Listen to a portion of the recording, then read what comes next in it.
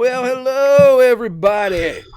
Welcome to 1933, the second day in a row when we are doing this here Pulp Cthulhu Project Athena thing.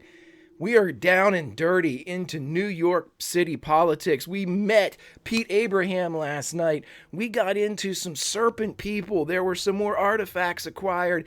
FDR was there. Babe Ruth was there. Lou Gehrig was there. If you weren't there, it's on the VOD or on YouTube here on Tuesday.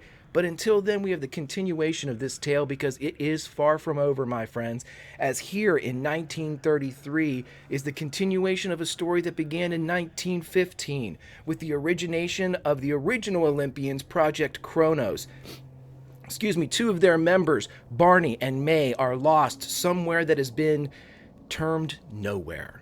The purple world, the mist, the globs that the Athenians were floating in between season 1 and season 2 that May and Barney saved them from by sacrificing themselves. And it was only last night when it was revealed that one alderman, honest Pete Abraham, was none other than Dionysus, another original member of Project Kronos, when he was made aware of the plight of his two former comrades, May and Barney. He made a bedside vow to one Jack Kilgrave, a promise that perhaps was the only honest one to ever come out of Pete's mouth, that he would bring them home. And now, ladies and gentlemen, boys and girls, Olympians of all ages, we are here to see if Pete can keep his word as we go looking for May and Barney. Ladies and gentlemen, we are in Ives Esoteric and Antiquarian Bookstore. For the purposes of the narrative, the following has occurred. Einstein is in Grace Hospital. He is being taken care of. Syl Jefferson is with him.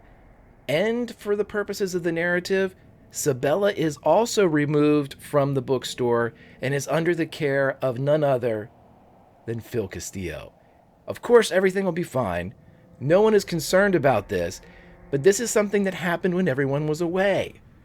And so when we come back, we are not going to have a shootout at the OK Esoteric and Antiquarian Bookstore between one Daryl Lecht and Phil Castillo. Instead, we are going to have the continuation of A Tale Untold as Syl Jefferson is in the bookstore. Einstein is in the hospital. Syl is still there manning the bookstore and taking care of Jack, who is in Ives Esoteric and Antiquarian Bookstore. You have all just arrived here. Pete is here. Pete's incredibly adept driver, Mr. Edwards, is also there. Olympians, what would you like to do with the knowledge that you just recently, as of last night, but as of just moments ago for our characters, have discovered? But before we get into all that, let's talk about everybody that we got. Allison, welcome back. Let's talk. Hey, gang, it's Allison. I play Caitlin Jane O'Callahan, aviatrix extraordinaire, princess of the skies, America's flying sweetheart. And, I just want to point out that nobody blew up the Plaza Hotel last night, especially me. I feel like I don't get enough credit for not blowing things up. So I just wanted to sort of name that before we go any further. Okay. It's said, it's canon now, that the Plaza Hotel is still standing. There was quite an event there, in more ways than one. As far as you know. It's still standing, ladies and gentlemen. William Randolph Hearst will have something to say about that, I'm sure. Let's go over to our resident sniper, Dwight. You were not involved in last night's action, but you are back in the fold tonight. How are you doing tonight, my friend? I'm doing good. I really enjoyed watching. I was like I told everybody, I was a proud brother watching everybody last night. If it was 2018, Dwight would be a football fan, but as 1933 goes, baseball was the king of the world. He would have definitely been starstruck seeing Babe Ruth and Lou Gehrig. And as much as I love her, or Kate O'Callahan, as she mushes the Iron Horse himself, who 2,100 games, Dwight would have been there. He would have had to do a sanity roll to watch the complete disregard of Lou Gehrig. But I loved it. Awesome, my friend. Awesome. And we go up to our resident silver-tongued devil, none other than Daryl Lecht himself. I mean, Elijah Sawyer himself. Strider, how you doing tonight, my buddy? Doing well. Elijah is certainly not going through every nook and cranny and drawer and diary at the bookstore right now. He wouldn't do that. Right. Yeah, looking forward to this. The introduction of Pete last night is fun. He does everything that Elijah does, most of them a little bit better than Elijah does them. So I'm very interested to see the chemistry between them and how this is all going to work out. I had somebody point this, I'm going to take a little break just a second. I had somebody point this out to me in a private message last night, and they said that Pete and Elijah might seem to be similar, but they took completely different paths in their approach to charisma or persuasion manipulation. Where Pete went in the public eye, Elijah went into the shadows. And I think that type of dichotomy is really interesting. And I think a lot of people picked up on the fact that it's a criminal and a politician, but then again, there's blurred lines there as well. Speaking of blurred lines, let's go over to our resident physician who likes to do impromptu brain surgery on tile floors in the Plaza Hotel. Lindy, Greta, how's she doing tonight? It's the fastest way to get to the soft bits inside. He's already dead. He doesn't feel anything. Yeah, no, I'm doing super spiffy. I'm really hoping that, the bookstore doesn't burn it down or anything, because I've got a nice little champagne glass full of brains in the icebox this time, because when I came back, my head was no longer there. To be a point of order, not your head, but the head that you had kept. That was in my possession. My head. Correct. Okay. Yes. You got that done. All right. Yes. Greta's ready. She's got a champagne. She's hyped. Yeah. She's got a champagne glass full of brains, and she's got injured people to tend to. So that's fun. She likes doctoring, all sorts of stuff. Yeah. Awesome. And as we come back around, we will go to none other than the ballot box himself, Mr. Pete Abraham. How are you doing tonight, Finney? And are you ready to finish out perhaps this chapter of Pete's story? Yeah, I am ready, and I think Pete's ready. He spent a lifetime making deals and greasing palms, offering bribes and whatnot. So who knows what we have in store, but Pete started off with attempting to ensure that he get elected mayor. The mission has changed slightly. Slightly. We will see. So as I previously stated, that is the situation in Ives Esoteric and Antiquarian Bookstore, as we do have on site Syl Jefferson and Jack Kilgrave, who is asleep in that coma condition up in the bedroom.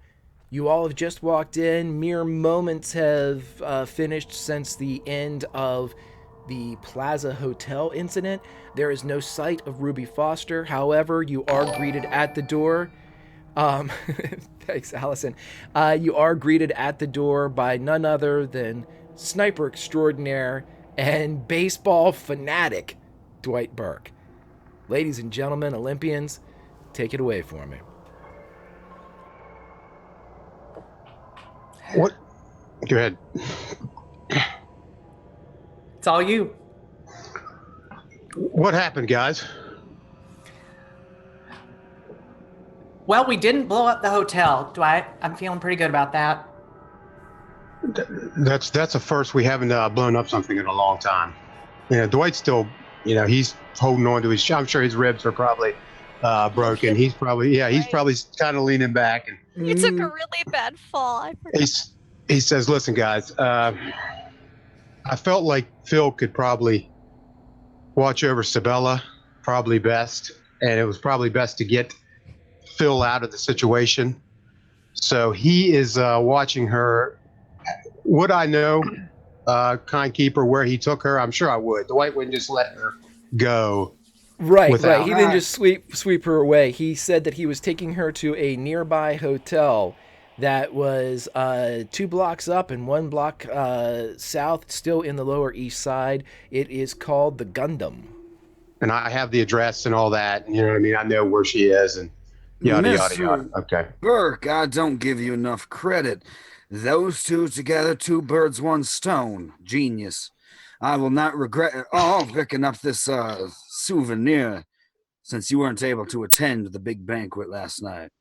And he's going to toss Dwight over this big bracelet of intertwined metal that looks like snakes and probably has either fake human flesh or real snake flesh still attached to it at this point. If there's flesh, I will pick it off and sample it. Put it in another glass.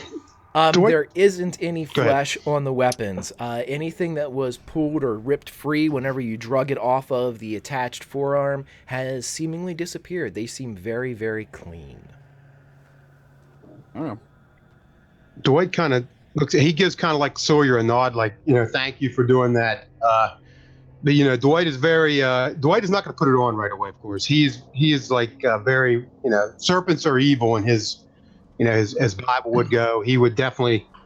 But he's seen what Kate has done with it, and he's kind of like. He kind of looks at Greta and like, would you kind of study this a little bit? You know what I mean? Kind of like. I would be Before more he than puts happy it on. to study this for you. I should probably Yeah, he- also check your ribs. Yeah, he kind of like mumbles some verse from Exodus about Moses and serpents, and kind of hands it over to the doctor. Elijah, has Elijah put his on yet? No, he is not.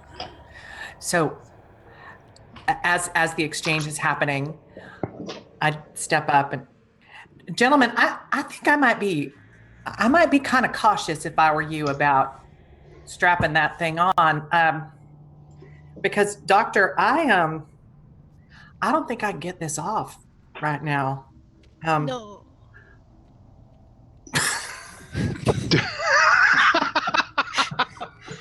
Yeah, Dwight kind of jaw drops, like, you can't get it off. Like, really? Sorry, I need a minute with that. That was.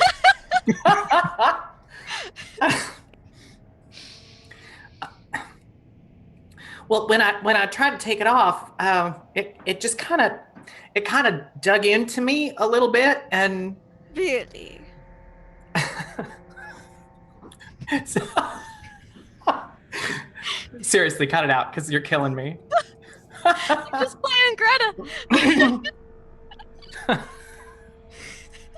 Yes, doctor, really.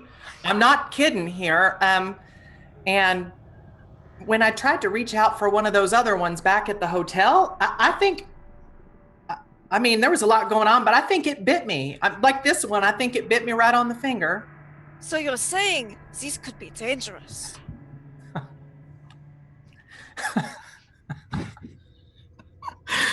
I am so Ladies sorry. Ladies I'm and so gentlemen, sorry. as your narrator, I will like to inform you that back in Bolivia, when the serpent gun was found, only one person said that it may be dangerous. One, Dr. Greta von Kraus. Continue. And I wasn't listening. It's like Do maybe we should you feel examine. different, Kate? Yeah, that's exactly what I'm saying. I think it might be dangerous. I mean, it would have been nice if somebody would have told me that before. Gee, I wonder if anyone said that before. Well, I certainly don't remember anything about it, but it's neither here nor there because right now I got a piece of gold jewelry that won't let go of me. And that also I should mention back at the library, I could have just been seeing things, but it was like the heads kind of like jumped off and they clamped onto this Dietrich and like they were, I don't know, this is going to sound real weird, but it was like they were sucking the life out of him or something. Really? Really? This is intriguing. But yes, I should study you in these unarmed serpent guns when we have a moment. But first, I believe you have been shot, and you might require more medical attention. She kind of looks over at Dwight, and after. Dwight is pretty banged up. And I also will say at this point that Pete, who had gone directly up to see Jack, is now coming back down the steps. So Pete is in the area, and his ever dutiful, incredibly competent manservant, Mr. Edwards, is also there, kind of standing beside the door. As Pete kind of approaches the rest of the group, Elijah's going to lean over to Dwight. Soldier boy, this guy here's a politician. He's a dirty, two-faced snake. Don't trust anything he says. And as he walks up and joins the group, Elijah's gonna straighten his shirt a little bit and offer his hand out to Pete first off. Hey, my name's Seth. I don't think we had the chance to meet before, mister. Pete, is it? Pete would absolutely do the handshake out with the other hand on the wrist, shaking the hand like, even though he's been shot, there's a moment here to earn a vote. And so Pete takes it. So instantly Seth, is it? Seth, was it? Yes. Mr. Lepard, yeah, Seth Lepard. Seth Lepard, glad to meet you. My name's Pete Honest. Pete Abraham, glad to meet you. Hey, Pete, I'm on your side, man. You need anything, I'll get it for you. Actually, I need to speak with Mr. Edwards for a moment. Mr. Edwards walks up. It would simply turn to Mr. Edwards and simply say that I need him, one, to fetch me a clean suit, and two, if he could also bring the political pressure. The pressure? Yeah, absolutely. I got to run uptown. I'll be back. I'll go to the house. I'll be back. Give me 45, 50 minutes. And I would ask if he is also carrying his endorsement as well. Oh, I'm always ready to vote. And he would caution him to be careful, but to come back as quickly as possible. Yes. So with that, Mr. Edwards leaves, jumps into the 32 Packard, and takes off uptown. So at that point, the pain has become real again, and Pete would probably kind of do a small step back and lean on whatever object would be nearby, and would request a chair. Herr Finney, was it? Perhaps I could provide you with some medical attention. This is the first time he's heard the accent. I know, because she's just smiled and nodded until now. So at that point, Pete would look around at the group, and he would simply say, the more things change, the more they stay the same. Mr. Abraham, let me present Dr. Greta von Kraus, our physician. And once again, it's a young lady. He would go and painfully, attempt to lean in to kiss your hand, but probably the pain would be too much at that point, and he would kind of stagger back and he would apologize. Yeah, she'll just be like, no need to apologize, it is fine. Please sit down, let me look at your wound. Greta, here's how we're going to do this. I know that you want to medicine a couple different people here. I do. If you just tell me the order in which you want to medicine or first aid them and go ahead and make your rolls, just who it is, and then tell me what your result was. We're going to give a first aid to Mr. Finney first, and then Pete Abram. Sorry, I was looking at the wrong name on the overlay. Mr. Abraham, Mr. Pete, Honest Pete. We'll give him a first aid, and then we'll give Dwight a medicine, and we'll see how everybody else is looking. Because I don't know if anyone else is injured. Where is first aid? Gosh, it's gone. There it is. Whoop. Come on, roll 20. There we go. There we go. Yeah, okay, so Pete, you receive 1 hit point back as whatever initial damage was done to you by the shot has been tended to, so you'll begin to heal properly by Dr. Greta von Kraus. I have if you're first doing aid medicine, before I can medicine check. Yeah, so now you're going to switch over and medicine Dwight. Okay. Yep. Go ahead and give me a medicine for Dwight. Okay, and roll, let's see, it's a 1d3 here, so you can go ahead and do that too, Greta. You get another hit point back, Dwight, and if you want to now medicine the alderman, potential Mario I had to let candidate. the antibiotics kick in for a second first, and now, know. Whew, hard success. Great, so now roll a 1d3 plus 1, please. 3. There you go. 3 hit points, 3 additional hit points back for you, Pete. So as this takes about, an hour for Greta to kind of get through to everything, whatever you would like to do here, guys, I will remind you that you found several interesting bits of information. You found a wallet, I believe some of you picked up. You have the serpent guns. You have the brains in the champagne glass.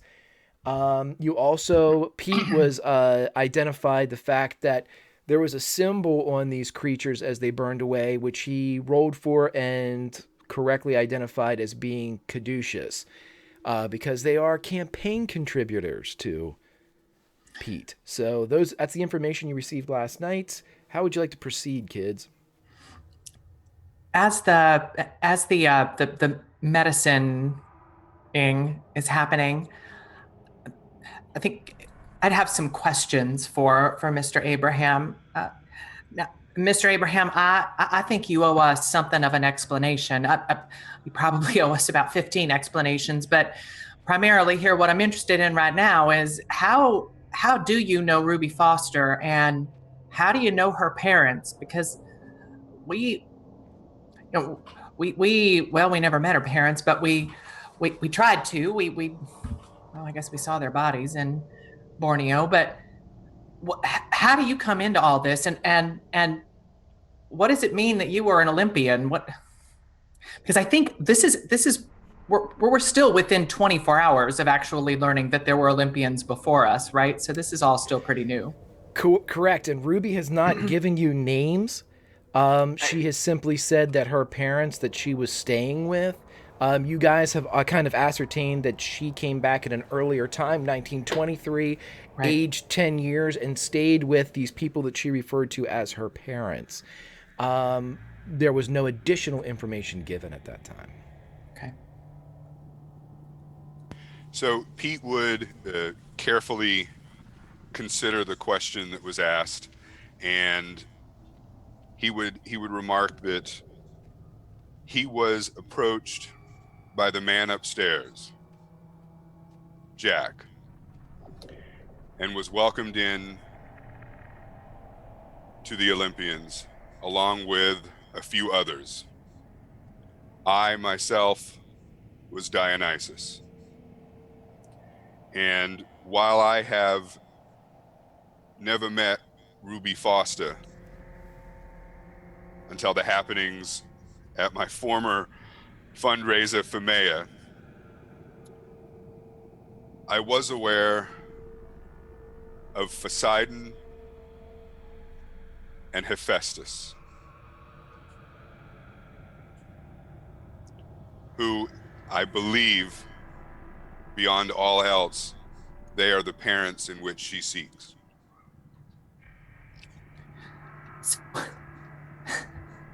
Sorry, so y'all had like god names? Yeah, you guys named yourself? We were assigned names. I mean, forgive me, I've been known to or accused of having something of an ego, but nothing like that, I don't think. Yeah, I was handed the title of Dionysus.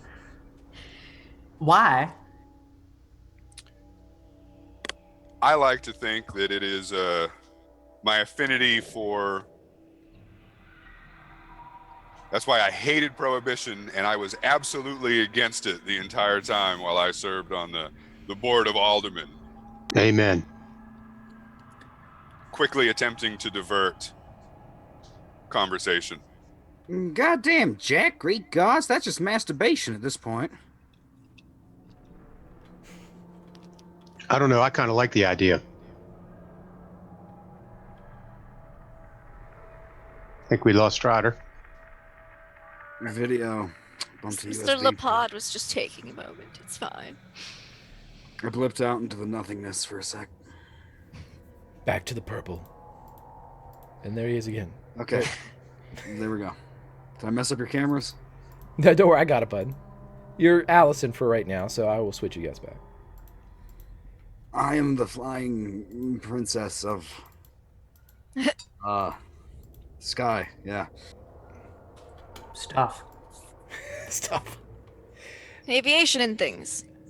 Okay, so as the questioning continues, Mr. Edwards returns, and Mr. Edwards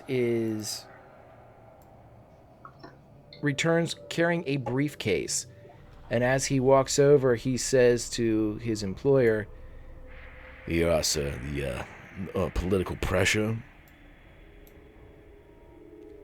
Excellent job, Mr. Edwards. Thank you so much for your assistance in the matter. And at this point, Pete kind of lightens up a little bit because this is probably Pete's greatest weapon that he has available.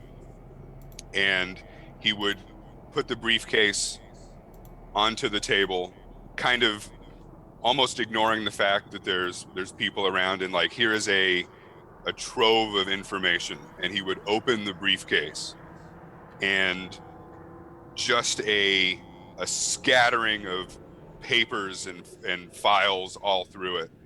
And Pete would look around, and he would say, somewhere in here is the key that we need to find. And I'll begin searching through the papers to see what I can find.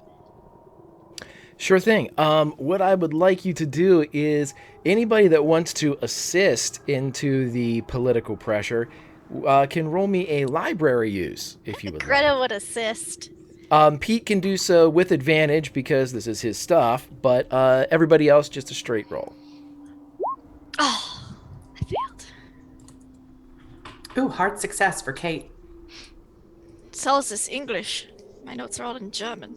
I will burn a crit. Okay.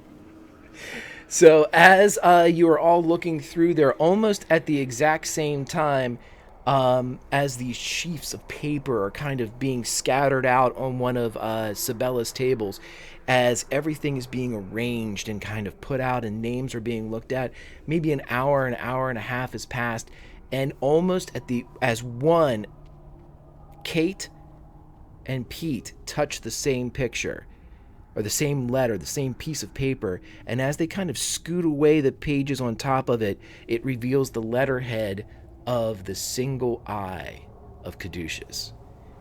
And underneath it says it is essentially a bill that is ordering shareholder funds to be used for the construction of a Connecticut estate for one Robert Meadham, who is the owner, operator, philanthropist in charge of Caduceus, and also happens to own the building that its HQ is housed in, the Meadham Building. Pete, you would recognize this because he is one of your campaign contributors. He is a campaign contributor because if this information ever got out into the public that he's using shareholder money to build private, non-charitable institutions, it could be bad. And here it is in your briefcase. Go figure. Perfect. And just to kind of let everyone know, as they were looking through, the briefcase of political pressure is basically a collection of every bit of blackmail, dirty deeds, greased palms. Like, it essentially would be, for lack of better, it could be the downfall of Pete Abraham. But it is every favor he has that he can call in. It is essentially everything he has amassed through his years in the New York City politics. I love it. Greta, even with your fail, as you're looking through, you don't find anything that can help you right now, but you do see one thing. That is a letter, a fragment of a letter that is signed by one Giovanni Bonaventure. Oh, I would like to look at that. When you look at it, it seems to be, and while it's clever in its wording, it appears to be a form of code that is talking about a desire to run the Bonaventure crime family and no longer be consigliere to, and it doesn't name the person, but you would know this person to be the current Don who is serving up in Sing Sing. Also, Awesome. very damning evidence. I'll just tuck that in my little back pocket there. Not the actual physical letter, but the information. I'm not stealing his mail in front of him with the suitcase open. You would never steal people's mail.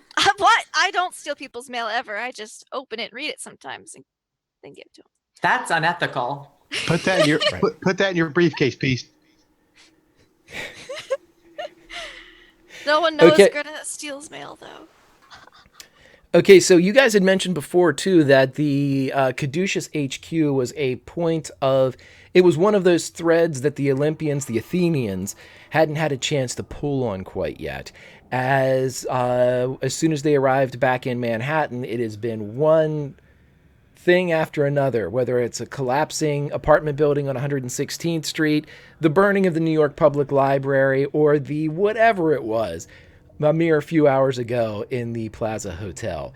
It has been a series of unfortunate events, or fortunate events, since you are all still alive. Caduceus HQ, though, was the place that was previously mentioned by Dwight Burke as a place that he would case out, or, case the joint and kind of take a look at. You guys know where it is in Midtown Manhattan. That is your only link, though, to a physical point for Caduceus. And you also know that as of April 1st, 1933, they had severed their ties with the U.S. government and had outed the government from its facilities.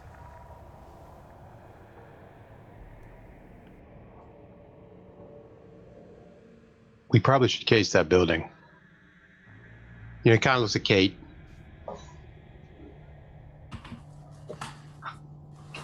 Well, what are you looking at me for, Mr. Burke? Mr. Callahan, we need a leader, and you are definitely our leader. We need to figure out a move here.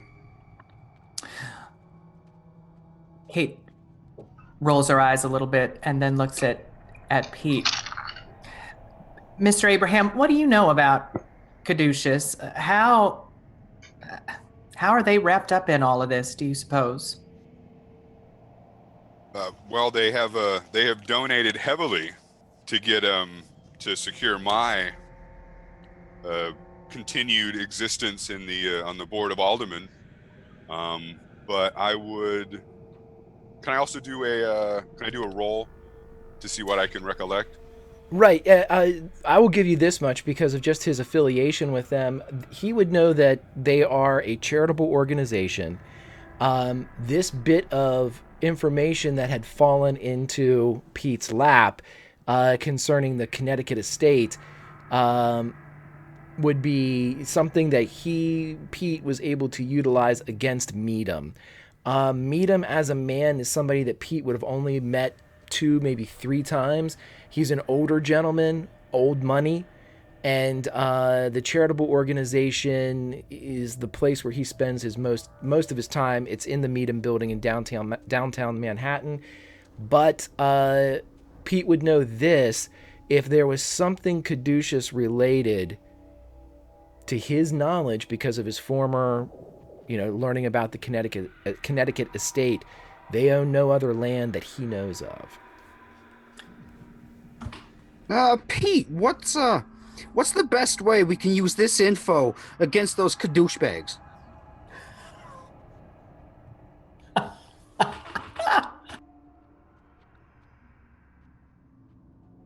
Well, I believe I believe a little bit of pressure, and I do have a few contacts within some of the local press who would absolutely love to have this in print, as I assume Mr. Meadham would not. Is that even a word in 1933? It is now. I will tell you this, Finney, I will allow Pete an idea roll, which is an intelligence check, to see if you can come up with something else here, because it's in the middle of the night here, and the papers have already gone to press, so any type of pressure would have to wait. And as you stated last time, Pete is kind of a clock here to get May and Barney. So if you roll an idea check, I'll let you know. An extreme with no crits involved. You have a judge you could call if you, being a servant of the public, the court, the city of New York, if you called a judge, you could gain access to the Meadham building even at this time of night. Perhaps the judge has a little note scribbled in that briefcase of yours that might pressure him to get out of bed and get a warrant signed for you. But you could definitely do that if you want to gain access to the building. Yeah, so suddenly there's like that moment of eureka where Pete is like, I know, and he would go over and kind of scramble through the papers or whatever, and he would pull up a single small piece of paper, and I believe is there a telephone or, Yep. yeah, I would There is. I would ask if I may use the phone. Syl Jefferson would kind of move it over on the counter and give it to you. This is one of the first that can actually move around. It's one of the old stem and handle phones, but you can has a bit of a cord to it. Okay, I will using my contact, I will kind of use it and make a call to the judge and kind of walk back and forth, and the conversation probably begins as Pete's does, kind of lighthearted and, oh, how's the wife, how's the kids, and then I'll attempt to make a turn Okay. rather quickly, a sharp turn, if you will, one that is rather fast. Well, as you have called, and just because I want to do this, Judge Schmales, as you call Judge Schmales, and he is on the line, as you are making nice and doing your best, Pete, he says, Abraham, what are you doing? It's 1 o'clock in the morning. You will forgive me, Your Honor. I need a favor. You favors come at 9 in the morning, not 1 in the morning. This is a matter of utmost importance, Your Honor, or I wouldn't be calling you. Abraham, what do you want? Well, first of all, it's something only a man of your stature could provide me this assistance. No, don't give me any of that. It's 1 in the morning, for God's sakes. Pete, get to the point. I'm going to hang up here. I need access to the Caduceus building. Caduceus? Robert Meadham's building. I went to war with a man. I played golf with a man. I can't give you access to his building. Does the name Rebecca Gibson mean anything to you, Your Honor? When do you need access? Like, Immediately. Right on it, Mr. Abraham. If you want to send a courier by, I'll have it ready. My man, Mr. Edwards, will be by. I'll be waiting at the door. Thank you, Your Honor. And good luck in your upcoming election, too. You as well. You'll okay, get so nothing like it. yeah. Spalding.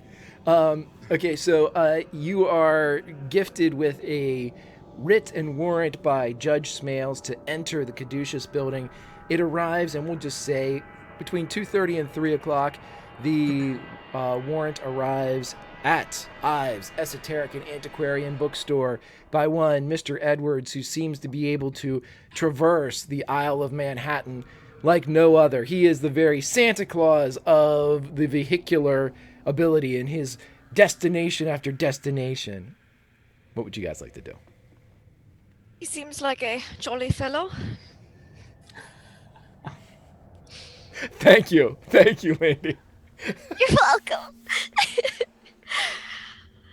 I suppose we should be preparing to enter the Meacham building, yeah? And Pete, you're just doing this out of the kindness of your heart to help us out, right?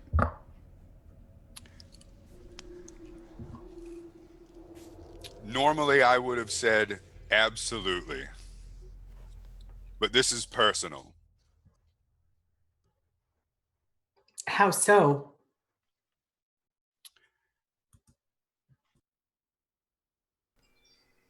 There's a moment. Pete's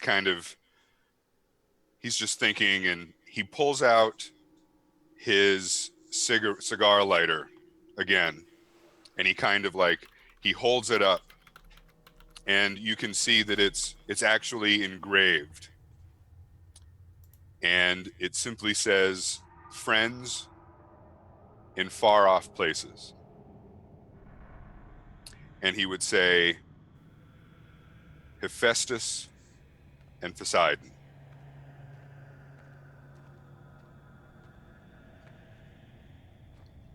Well, what about him?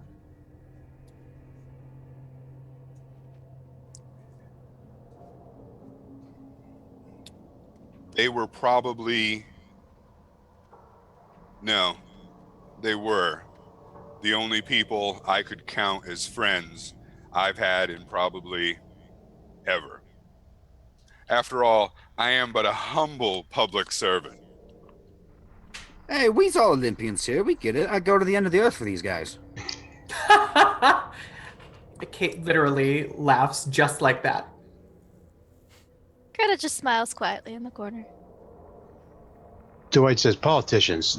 All they've done is go for power and send me to war. So we'll see about you, Dionysus. And actually, there would probably be a moment where Pete realizes he hadn't greeted the gentleman. And of course, in good fashion, once again, handshake, and not doing the two-handed handshake, but rather doing the handshake and then pulling out the vote for Pete pins and probably attempting to distribute them around accordingly. Where were you Yes. in the war, Mr. Finney? Or Mr. Abraham?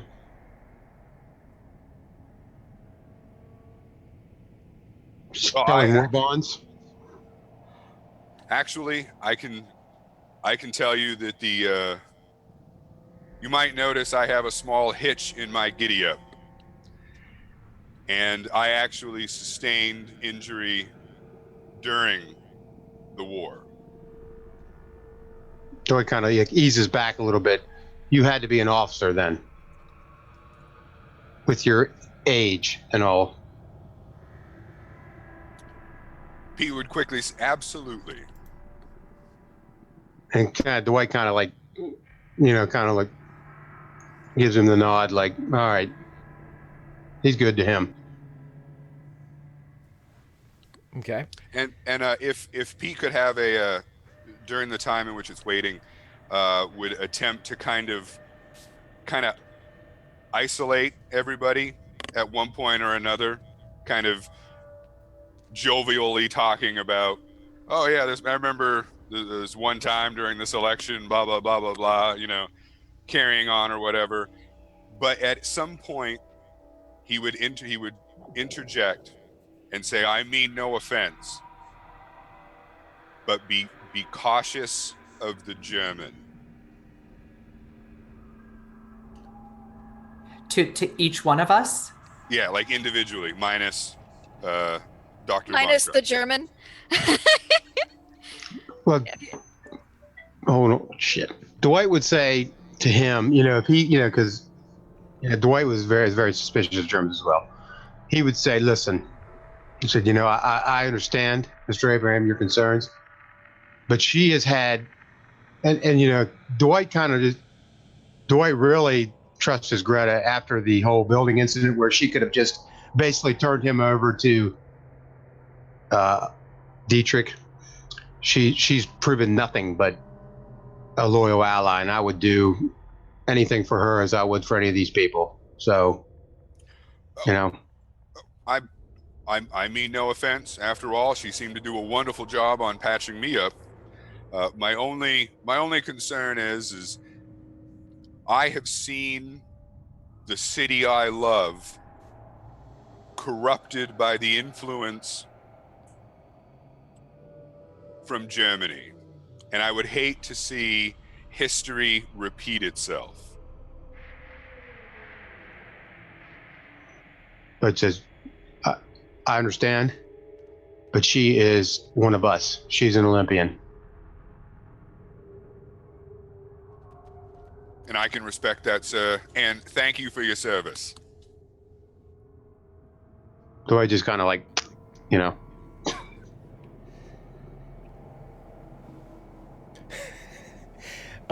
You're winning over chat. What would you guys like to do? The dawn is approaching. It is about 2.5 hours away. And if given enough time, there's going to be a building full of people instead of the presumably empty building at the Meadham complex with Caduceus. Kate has taken a bit of a nap during some of this and comes back in without the red velvet and back in her much more comfortable flight suit and boots, and says, well, friends, it looks as though if we're going to do this, we need to do it now. We wait much longer and it's going to be hard to sneak in there and sneak out unless, and she looks at Elijah at this point, unless you imagine, Seth, that it might be better for us to try to just slide in with the daily crowd. I'm all out of ideas here. Personally, I think time's of the essence here. Well, all right then, Mr. Burke, you got your goodie bag? I do. Hey, quick question, GH. How many days since the building collapsed for hit points back? 1. Yeah, that's what I gave myself. So yes, you guys have 2.5 hours before the general population comes in, presumably goes to work at Caduceus. Let me know how you'd like to proceed. You can go in during the daytime. You can go in now. It is up to you, but as stated in the narrative last night, at least for Pete, the clock is ticking, and presumably with the way that Ruby delivered her message to Pete, she believes that as well. I'd vote no. Last one's gain. Let's go. That is what I just said. Saddle up. Dr. Von Krause, I do believe you're developing a sense of humor. I need some type of coping mechanism for this. Okay, so as you all pile into the 32 Packard, that is the vehicle of choice of one Pete Abraham, you are taken to a beautiful 18-story building in Midtown Manhattan. Sort of a Gothic-inspired exterior, very reminiscent of Ghostbusters in that on the corner of Central Park West. And as you pull up in front, you are distributed there by one Mr. Edwards, who just leans over. Boss, what do you need me to do? Oh, excuse me. Boss, what do you need me to do?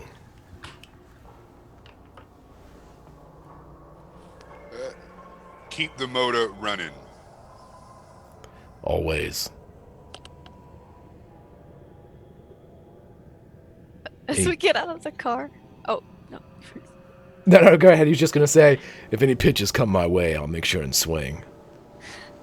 As we were driving over there, I would have liked Dr. Greta to fill me up with morphine. I was gonna say, Greta's gonna be like, look over to Mr. Cephalopod and Dwight and Kate and be like, would anyone like some morphine? And just start prepping the needles.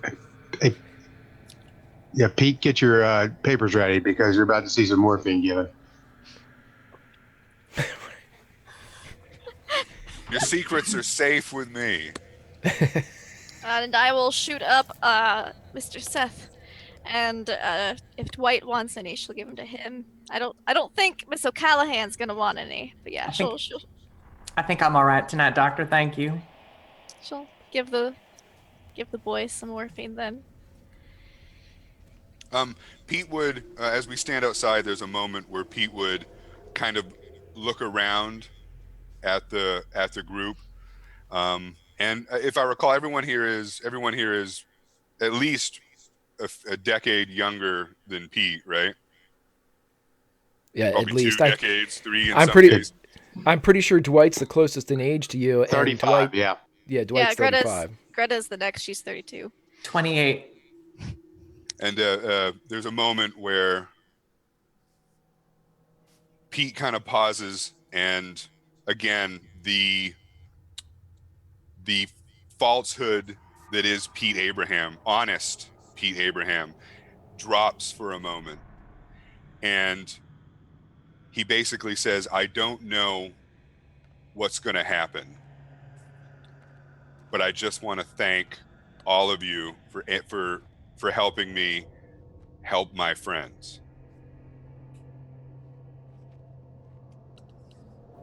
Well, I suppose it's the least I could do for you finding me out there in the wilds of the world, Mr. Abraham. And Kate just walks off toward the front of the building. Yeah, and there would be that. Well, I do. As you all enter into a grand lobby at the basement floor of the Meadham building, you are granted access into the lobby, but there is a desk with a security guard behind it. And as soon as you walk in, the security guard stands up.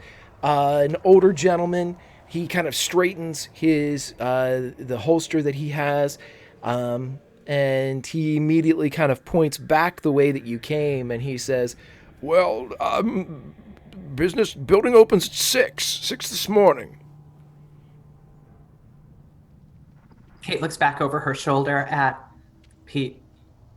I imagine Elijah and Pete probably going up first in front of everyone else. Yeah, and good sir. And I would hold up the signed warrant. I'm sure you're familiar with His Honor, Judge Schmales, and my associate here, Mr. Lapat. he takes it and he puts on a pair of reading glasses. A warrant? There's no one here. This should take no time at all, then. We can just walk in and out real quick and be on our way. Why do you sound like me? It's disconcerting. I shouldn't have drank so much. My job here at the Meadham building. The long and the short of it, sir, is we have found some rather disturbing accounting irregularities. So we will be forced to take a look at records here in the building. The records are all kept up in Mr. Meadham's office. I can't let you into his elevator. Are you? That would be fantastic, honestly. I don't know you, who sounds like me, but are you the alderman? Absolutely, sir. And he would go in and do the handshake. Honest Pete Abraham, and I do apologize for lacking introductions. My friend here, Mr. Laporte, is actually a member of the Treasury Department. Roll a persuasion check for me.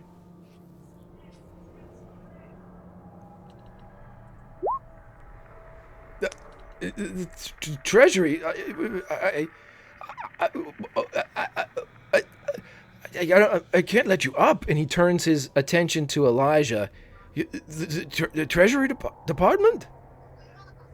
It looks on, we're just gonna grab some books, be in and out real fast. No one will even know, especially if we can get out of here before the place opens.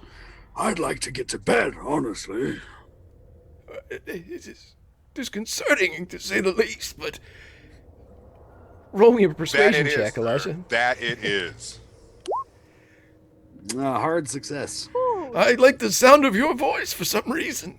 You sound very trusting. I will. What in the hell is going on? He seems just about ready to give, but I am going to need both of the dual silver tongues to give me their best charm, fast talk, or persuasion in a joint roll to see if this tag team can get the final step. So, Hey. Success on mine. Hey, Greg. Yes? While they were smooth talking inside, could Greta have like cut the phone line outside? Cut the phone line outside. You roll a spot hidden, and if you find it, I will. All right. All right. Oh, do I use a crit on this? You could I tell don't know. somebody. Oh yeah, we do have a non-talker. Greta would totally bring Dwight with her. I will crit it. Help me find the phone line so we can cut it. Bitte. Danke. Okay. So Oh! Pete, you I found it! Okay, so Pete crits the success for the persuade.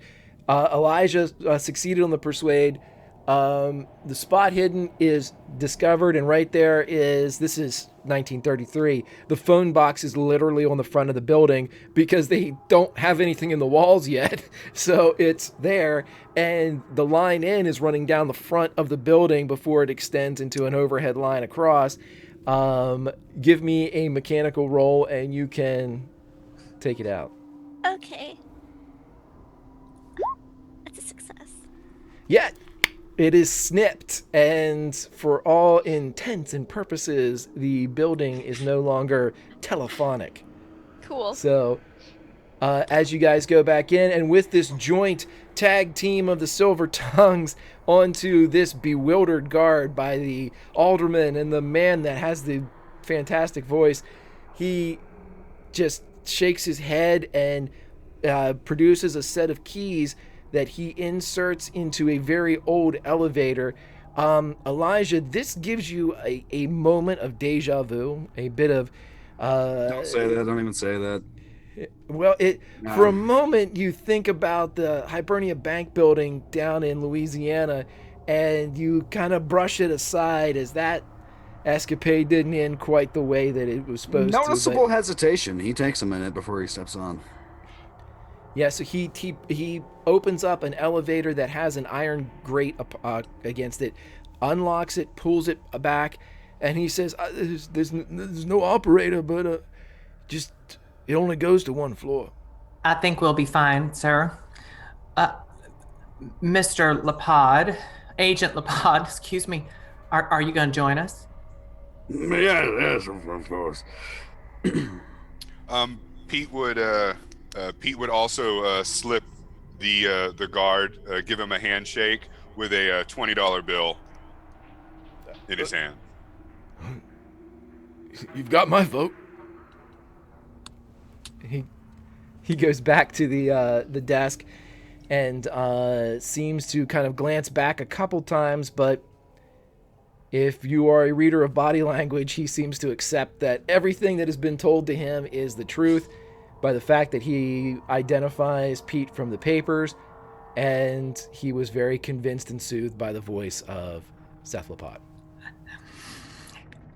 Kate closes the elevator door and says, "Going up." As we're in the elevator, Greta says, "No one worry, I cut the phone line." And Kate just looks at Greta with, "You know, I'm so glad we have you around, Doctor." You've Okay, done so- that before, haven't you? What? That's not your first phone line you cut.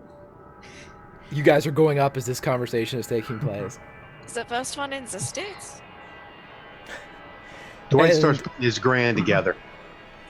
Okay, but we'll just say that you're kind of circling in the housing into the back of the stock and clicking it in place just as you guys pull to the only exit that you have seen, roughly counting 18 stories up, as the grating kind of pitches open just a bit, but you have to manually open it the rest of the way, as this is 1933. And as you exit out, again, a sense of deja vu would creep into Elijah Sawyer as you enter into a very opulent office. And there is a large mahogany desk, several small tables, what appears to be a very long corporate table that would have enough to seat perhaps 15 people, 7 to a side, 1 at the head. This is the office of a leader, and every square inch of it speaks of such a designation. And when you enter, it is dark. What would you like to do? Soldier boy, You did say that Phil is busy right now, correct? He is busy right now, yes. He is watching over How the love of busy his you life. guys know?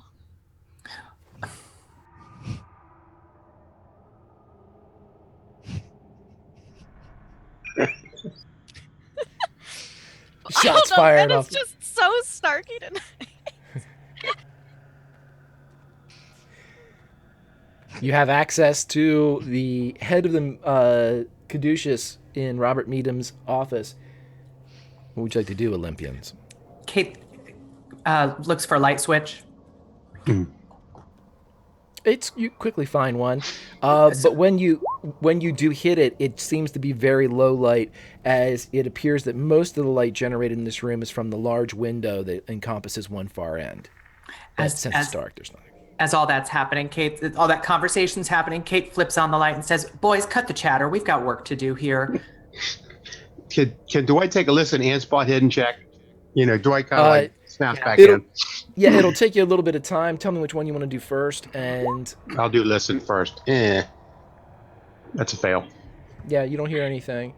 What would everybody else like to do? Would you like me to hit the lab? It's the scrolls. It's the staff. I think that would be a fantastic idea. In fact, Doctor, perhaps I could accompany you. Certainly. Because you knew we weren't going to finish the night without splitting the party, right, Greg? Oh, I counted on it. So you guys, you guys do notice that there is a staircase leading down that's right beside the elevator. Yeah, I'll go down the stairs. I know exactly where it is. I've been there before. Yeah, we have a familiarity with it. Gentlemen, I think as long as Dwight and Pete are gonna look around upstairs, I'd actually be more inclined to go with Greta. Okay, so we're going to have Elijah, Greta, and Kate going down to the 17th. We have Dwight and Pete staying on the 18th in the Meadham room, correct? yeah. As we head down the stairs, I call back and say, Mr. Burke, if anything goes wrong, you just give us a signal, all right? You'll hear it, Miss O'Callahan. I promise. The signal is gunfire. Yeah, Obvious. a whole lot of it. Right. It's if you hear a rapid succession of gunshots, that's the signal. That's the one. Okay, so let's go with the 3 down below first. As you all pull into the 17th floor, you realize that this is the floor that you are familiar with. However, the elevators that lead to this floor do not extend to the 18th. And as you walk out of the door that leads onto the floor, you realize that is a restricted access door. I'm not going to make you roll for this, but propping it open is probably the best bet, as there isn't a handle or a way to open the door from the 17th floor side. As you all get out, you are aware of the place where you guys were kept when you came back here. And you quickly identify the room that had the Tyrannish, and then what they had called the research room that had what I believe was the staff and the scrolls and the book that you all were looking for. Correct. So tell me which room you would like to check first. The Tyrannish room. Yeah. I've got my serpent gun, obviously, but Kate's also drawn the 45 with her left. Okay. As you all get down to that room, you you open the door. It is closed. Yeah, I would open the door. Okay. As the door slows open, the room is completely empty. There is not a bed. There's no indication of there ever having been a bed. And the Tyrannish is nowhere to be seen. Are there any shelves, bookshelves, filing cabinets? Nothing. Completely clear. In fact, Greta, you remember, as described in the narrative before, there were built-in shelves along the back wall that held several implements of medical analysis. Those are gone. Are the Somehow, holes in the wall there still? completely smooth. Not requiring a spot hidden, it appears there's been some new construction in New this room. construction, I was gonna say, has been filled over. Do the dimensions of the room match what I remember? Roll spot hidden for me. What were you looking for, Elijah? Oh, baby. Hidden things. Just any strange things in the room, probably just with her pointing out the construction. Okay. I want the Tyranish and I want it now. You do notice that with this expert medical and kind of dimensional observation that you have with this, your attention to detail, that the room appears to be about 6 inches shorter on the right-hand side when you walk in. This would have been where the headboard of the Tyrannish's bed would have been. That's... Well, I can tell you that this wall is about 6 inches shorter than it was last time I was here. Perhaps there's something hidden behind it. Are we breaking drywall? That sounds like a good idea to me. Kate's at the door, keeping an eye on the hallway, just to make sure nobody's coming in behind us. Also, I believe, like, it's like literally next door is the room that had like the staff and the book. So the book and the staff maps we should check on next. It is just next door. Who's going to that room? I can go give it a look. Okay.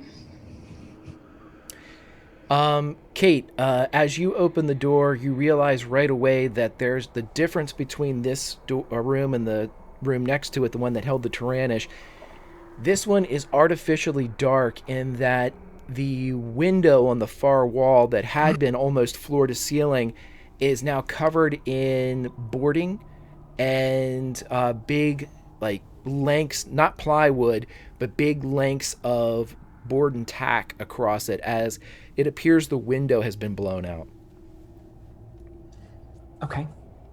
Can I just see what else I see in the room? Do you need a roll from me? Yeah, give me a spot hidden. Alrighty then. Oh, extreme success. Well, Kate, you recognize something that you've actually seen just recently, and as you're looking around through everything, this room isn't completely empty, as there's a few chairs sitting around stacked up, almost like you would see in a restaurant after closing. But there aren't any tables, there are no implements of shelving, or there's no evidence of there being any tomes, books, any type of reading material of any kind. However, when you get over to where the window was and the ground around it that was shattered, you see a fine green film that appears to be everywhere. Well, it looks like one of our friends has been here before us.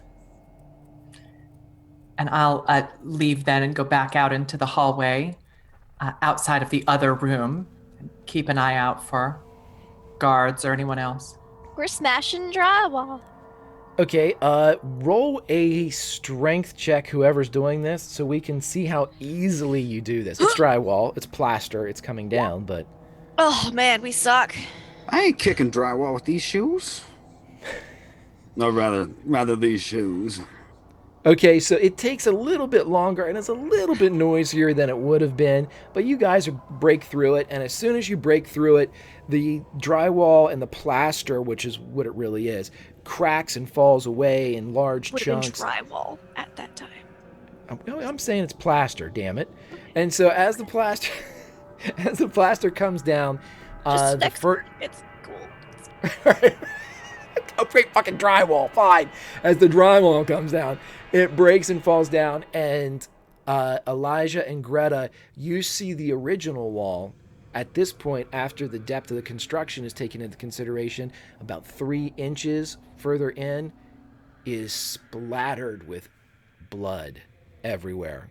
It's as if the entire wall was painted with it. Let's cut upstairs and see what's going on in the office, as we have Dwight and Pete. What are you guys going to do up there? Dwight kind of says, "What do you think we're looking for up here, Pete?" More than likely, it's something that we're not supposed to find. So I would first check behind every picture that's on the wall and a locked drawer in the desk. Roll a luck roll for me, Pete. Yes, let him roll it. I'll spend. Oh no, you can't on luck roll. You can't spend 2 luck on luck, but so yeah, you're looking around, but you have the right idea. It just takes a little bit longer in the grand scheme of things. But maybe the last picture that you look behind, there's a safe. Dwight's like, "Beautiful, wow," you know. But he is not a lock artist. And he kind of looks at Pete. Is that one of your skill sets? There's probably the mutual look where we both kind of Yeah, look to each other. Like, where's Sawyer?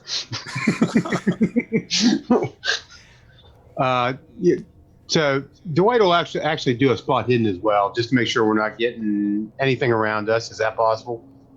Well, sure, yeah. He's always on edge. You don't say.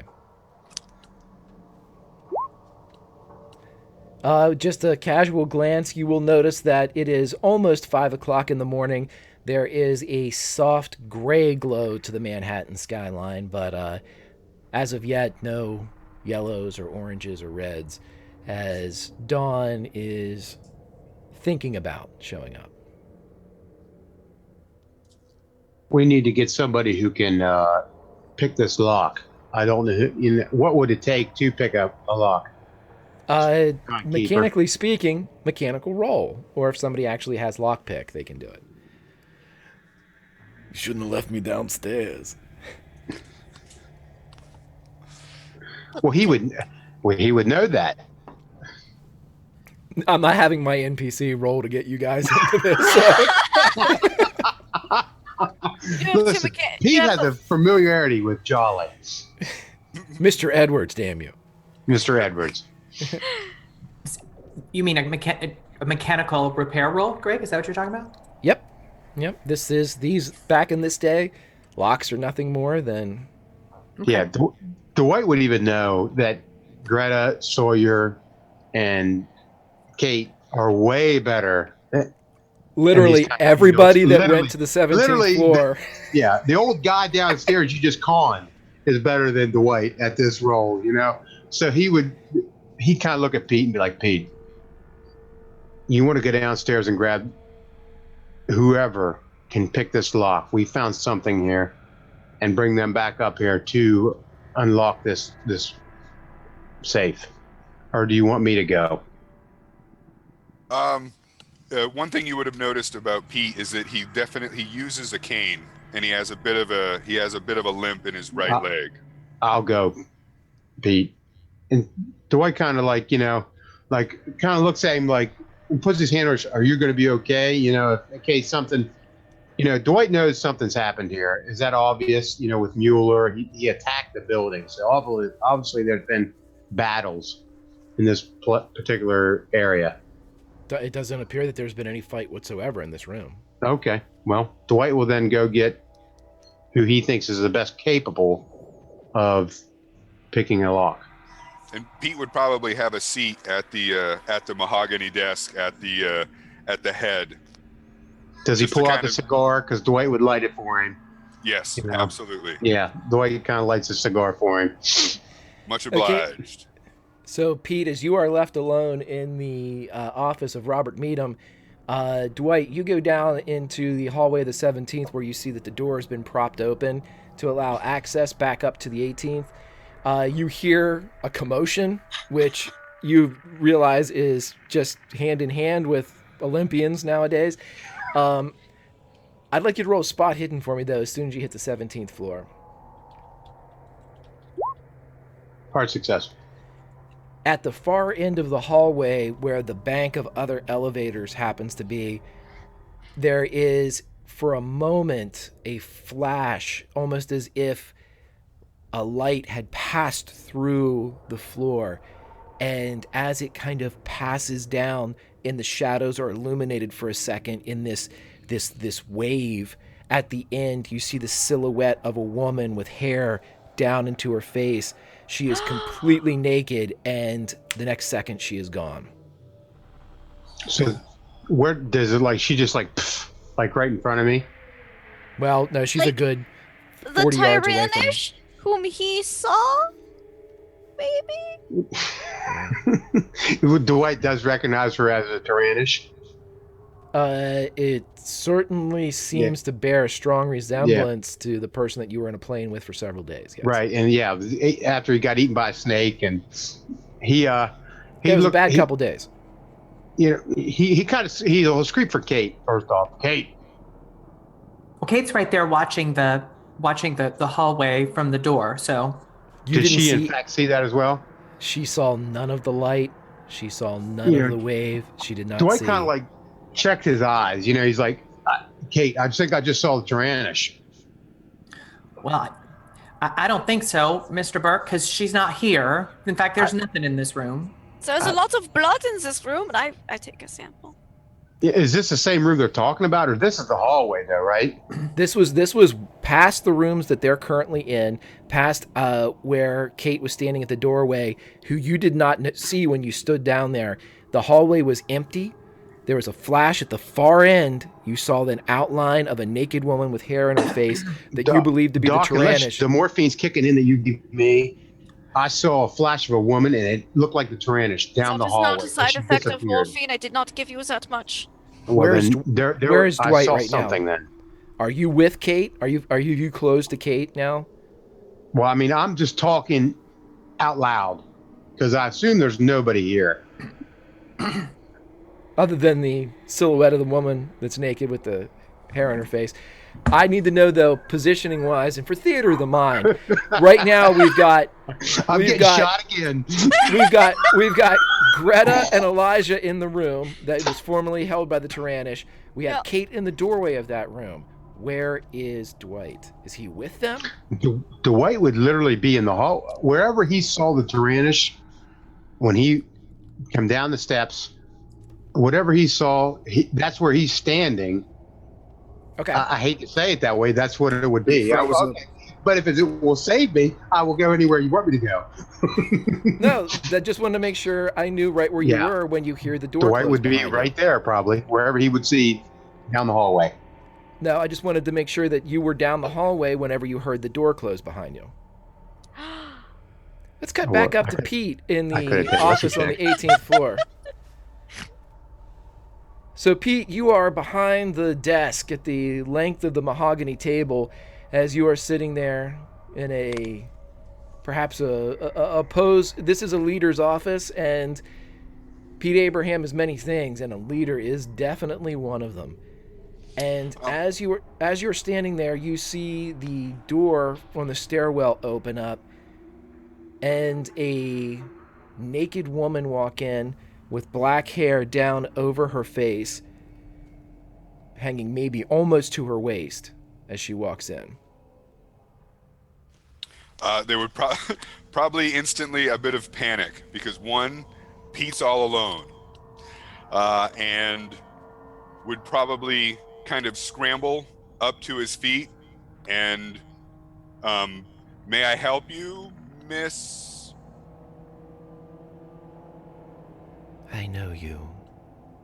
As she begins to walk, her feet dragging along the hardwood, and the toes hit the oriental rug that's on the ground that seems very plush, and they sink into it as she's dragging the toenails across the top of the rug. I know you.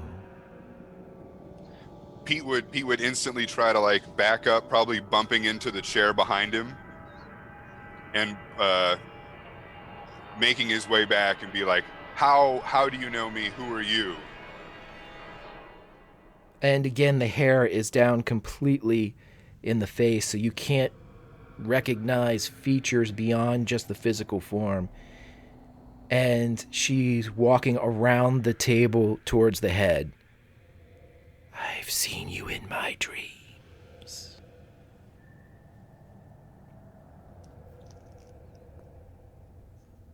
Well, I'm sure that's the case with many of the ladies in New York City. After all, I was an early supporter of women's suffrage. But, my dear, I must insist that you stop right there. She continues to walk again, the tops of her feet almost deliberately dragging against the carpet with just like a sound as the pads hit.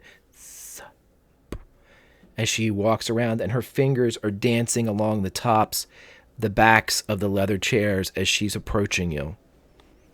I will attempt to, not being very quick, attempt to kind of make my way around the opposite side of the table towards the door. Okay.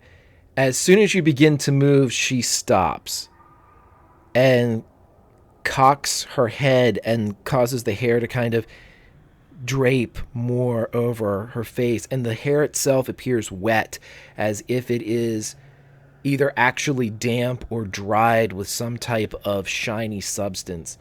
And as she turns, she says, "Where are you going? You have a job to do."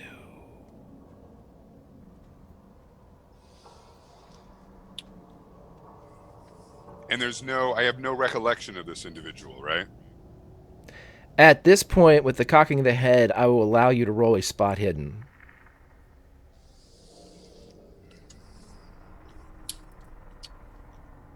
You know what? Let's go for it. I have 2 crits left after this.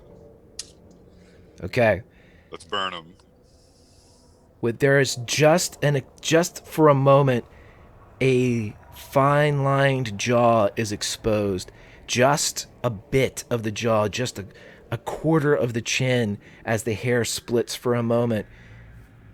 And beyond any ability to rationalize what you're seeing, you know that the woman in front of you is the woman you knew as Aphrodite.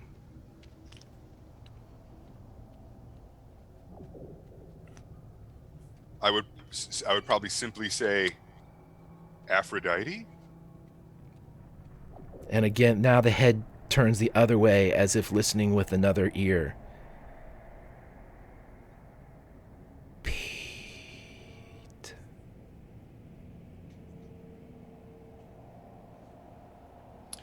How long would it have been since I would have At least 15 years. So there's probably a moment where Pete kind of stumbles and staggers for a moment, and remembering her and maybe a bit of affinity that he had. What are you doing here? How did you find me? I woke up.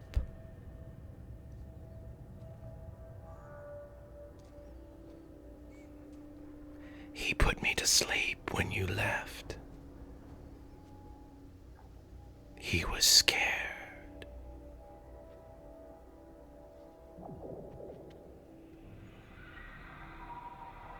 When I left? You were gone. Barney and May were gone.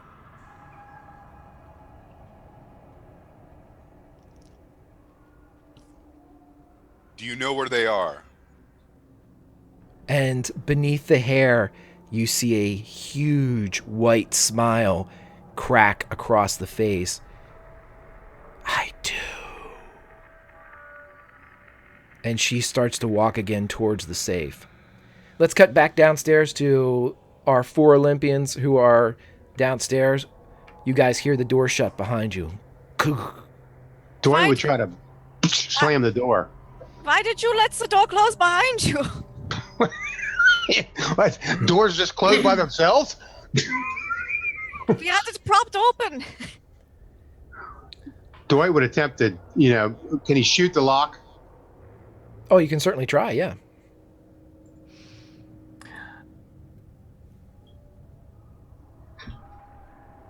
As soon as Kate sees him going to shoot the lock, she ducks back into the room. Okay. Okay, so as the sniper rifle like that. as the sniper rifle cracks off, as soon as the projectile is moving the very short distance from the barrel of the gun to where you would presume the locking mechanism to be on the other side of the door, as previously reported, there isn't a handle on this side. As soon as it hits, as no one else is around to see this, the explanation for the narrative is for Dwight and Dwight alone. You see a red concentric circle pop about a foot off of the door, and you see your shot go wide and splatter into the far wall on the westerly wall of this area. And then that symbol of concentric circles fades. No, they're shooting Dwight's here. That is the signal. Yeah. What in the... Is that the signal? That is usually the signal. Gunfire. Soldier boy, is that the signal? The goddamn door. There's something on the door. I can't... magic, whatever the fuck it is. It's not letting me get through. Pete's up there. Is there a window on the door? No, but roll an idea roll now that you just mentioned that. Okay. I'm really smart. I have an idea. No, there is no window on this door. However, but there is an external window. There is an external window, one of which happens to be broken. Well, we could climb around the outside of the building, get into his office that way. Don't tell me you're afraid of heights, Miss Callahan. Traditionally, that has not worked well for me. I ain't afraid of heights, Doctor. I'm just afraid of falling. Listen, I will go first. We could, of course, take the elevators on this floor down to the bottom floor and then ride back up. That seems like a safer route. It seems like a much longer route.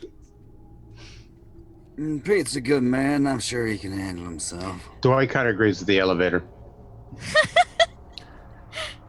Fine, I won't climb out the window.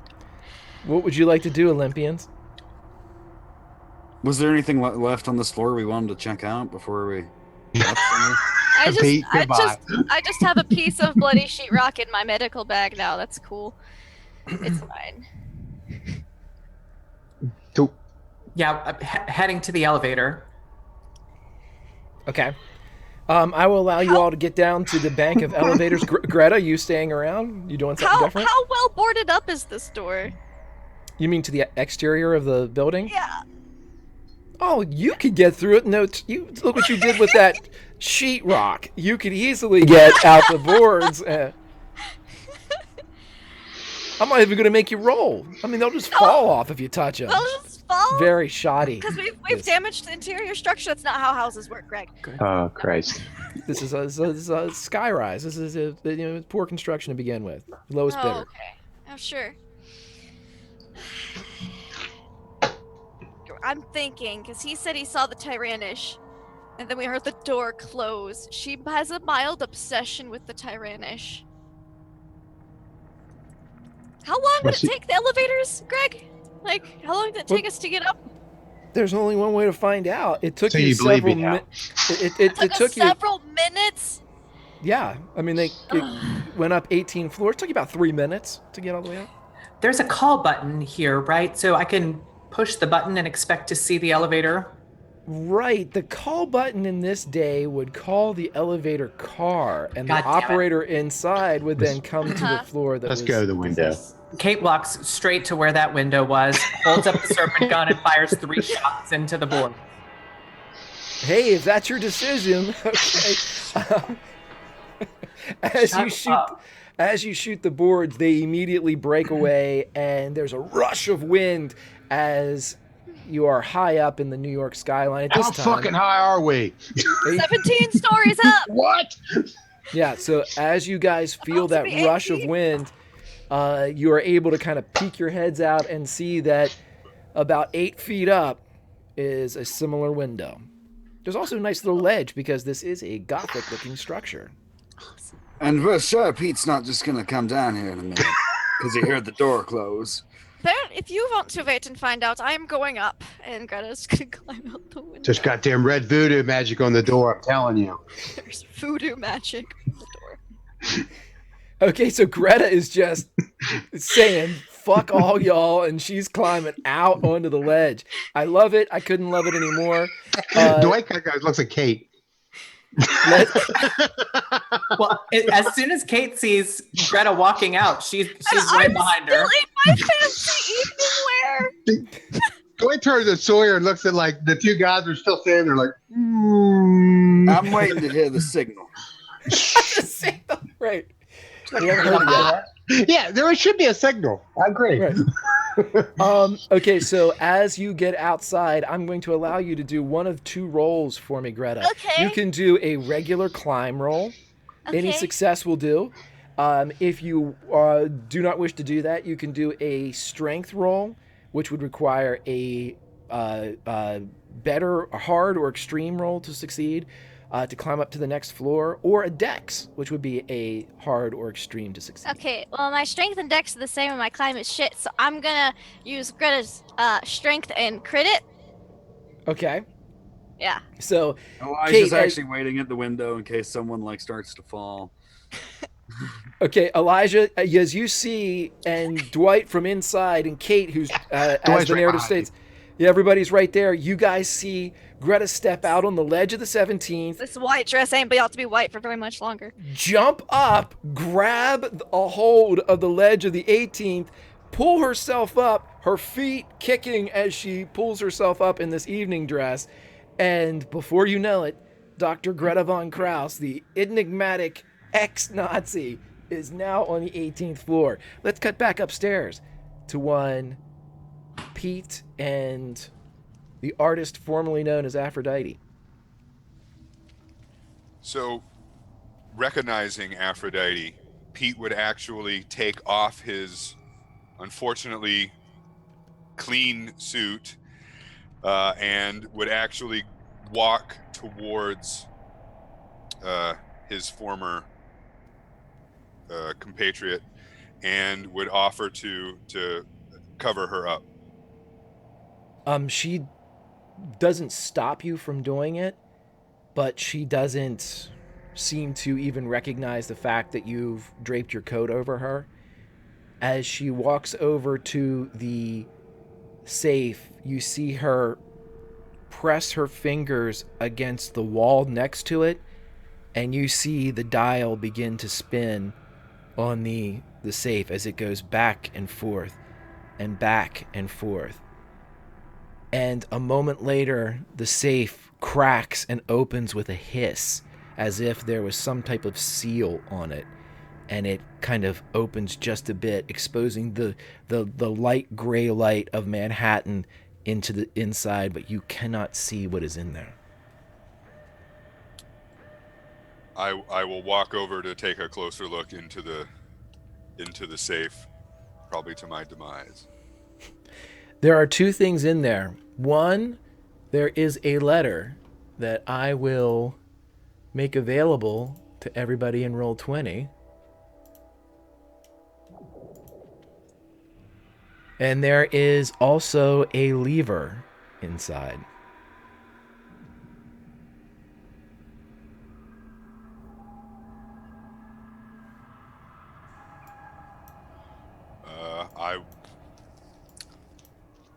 I will. I have to take the letter, and I will probably look at Aphrodite, and probably say something like, "I hope I'm doing the right thing," and would pull the lever. And the smile that had faded from her face extends again, and it creeps up beneath the hair that is draped over. And she says, "We have a choice, Pete." And the wall next to the table splits, and a door is revealed, and it appears that there is a tunnel leading off of this office, and it is in the shape of a hexagon.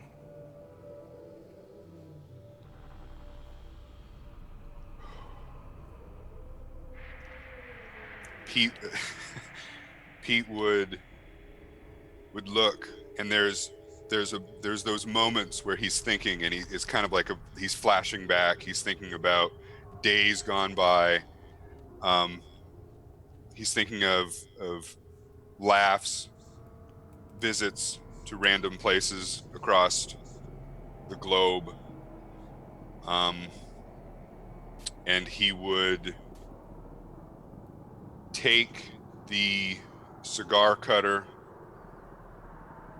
out of his pocket, put it in his hand, and with the other one, as he had probably always wanted to do, he would take Aphrodite's hand and begin walking.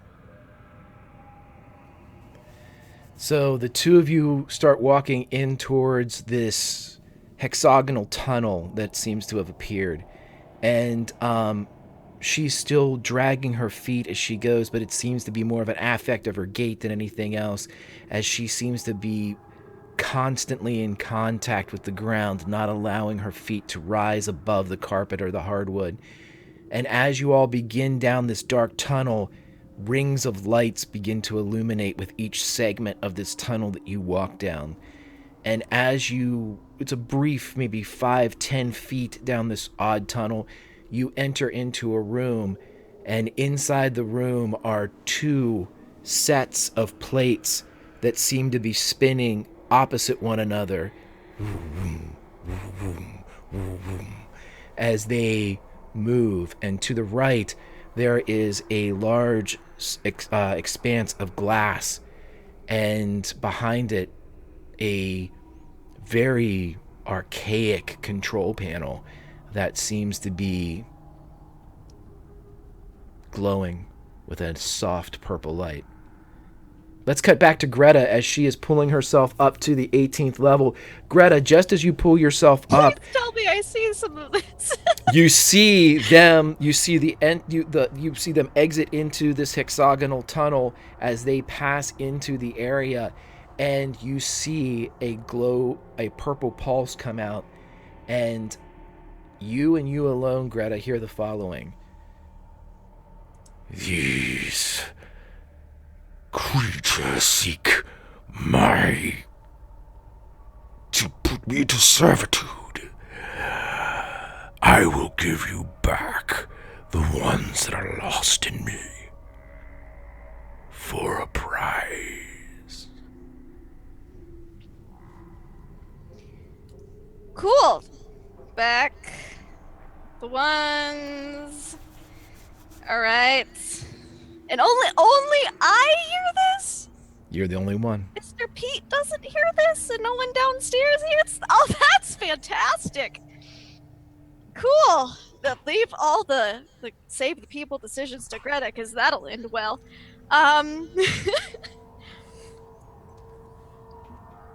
Greta is going to. This is the second time we've heard this voice. Okay. She's gonna actually probably drop back into German just because she's a little freaked out on accident and drop her pen. And then respond, like, kind of try to softly be like, "Was ist this price you speak of?" Gods for gods.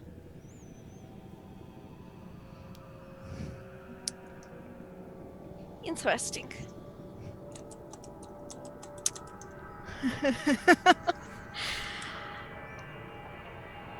Do you have any specific ones in mind? The glass on the window beside you cracks, and it splinters and begins to shatter and finger all around you. Oh, this is not good. Kate would not have waited on the ledge. If she saw Greta going, Kate would have just, for pure ego and for the thrill of doing it, would have been out there and climbing. Okay, same applies. Kate, you can climb it. Any success will do. Strength or dex, hard or extreme. How about just a regular dex success? You want to use those 2 points of luck? Is that it too? Oh, it is Yeah. too. Yeah. Uh, yeah, I guess. I suppose. You don't want to fall from 17 stories.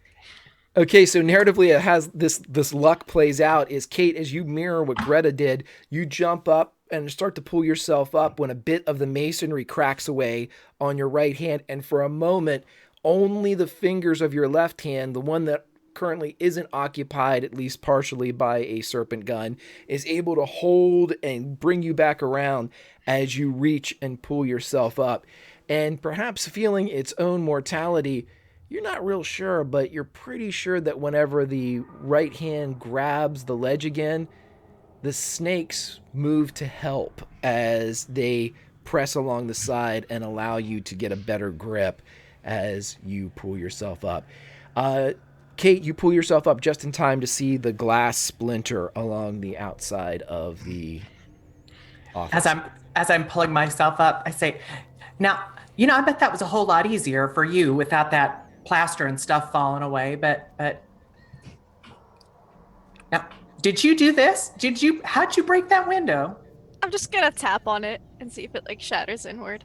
It explodes. It explodes and falls inside where it should explode outside for the air pressure. It blows inward as if the interior pressure is the regulating factor in this instead of the other way around.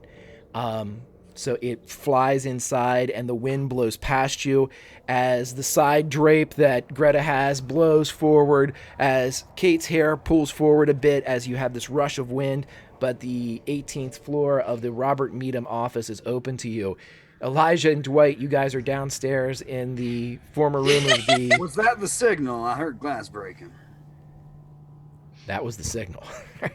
We should have waited for the goddamn elevator. What are we doing? Do you see how she moved? I think them Germans gonna win. Very kind of like Huns don't win. Okay, so what would you guys like to do? Dwight's kind of like, go ahead. Okay, Dwight is not going out on the ledge. Yeah, finally, Dwight's like, you go first this time. Elijah will sigh, take off his gloves and put them into his back pocket, folded nicely, and climb out on that ledge. Okay, now that... Good luck, con man. Now that the window is open, I will allow either Kate or Greta to assist with advantage with any of these rolls, as they would then be able to have the position to be inside and help pull up anybody that was out there. Like I need any help. I'm up there before they can even turn around. Damn, yeah, you are. As the glass explodes, Sawyer's the first one to set foot into the office somehow, as he just appears up there. Does climb help me with my dex in any way, shape, or form? Yeah, you can make a climb roll. Yeah, all you got dex is better. Hard success. Okay, so everybody is up in this room. Dwight's like shitting himself. Okay, Dwight has shat himself, and we cut into the... There's some sharding. There's some heavy staining sharding.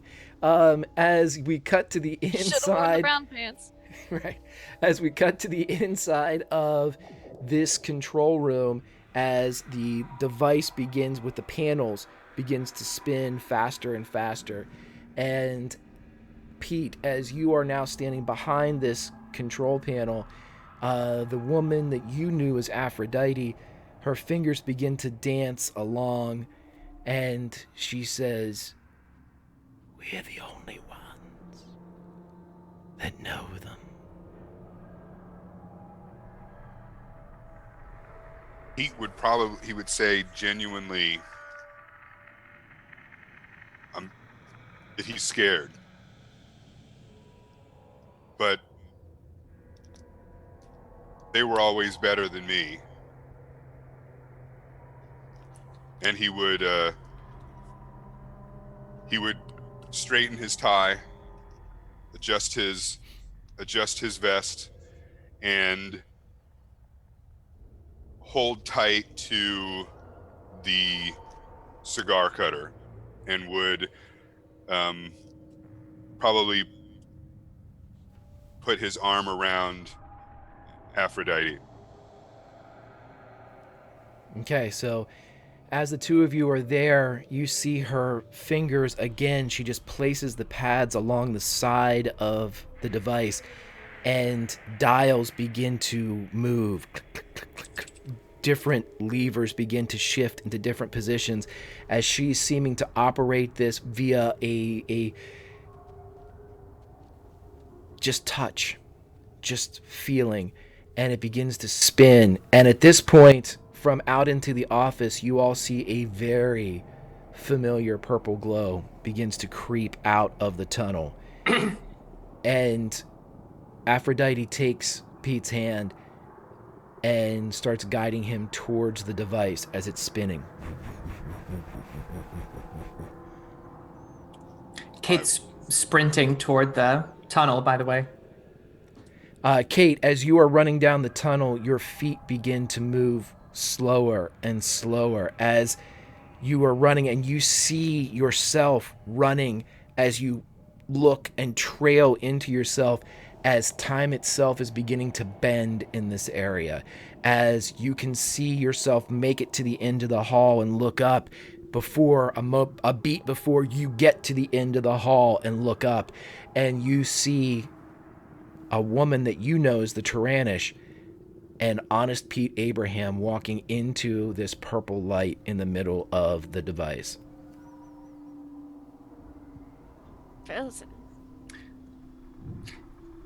Do I feel as though I'm in the safe zone for the device based on what I know?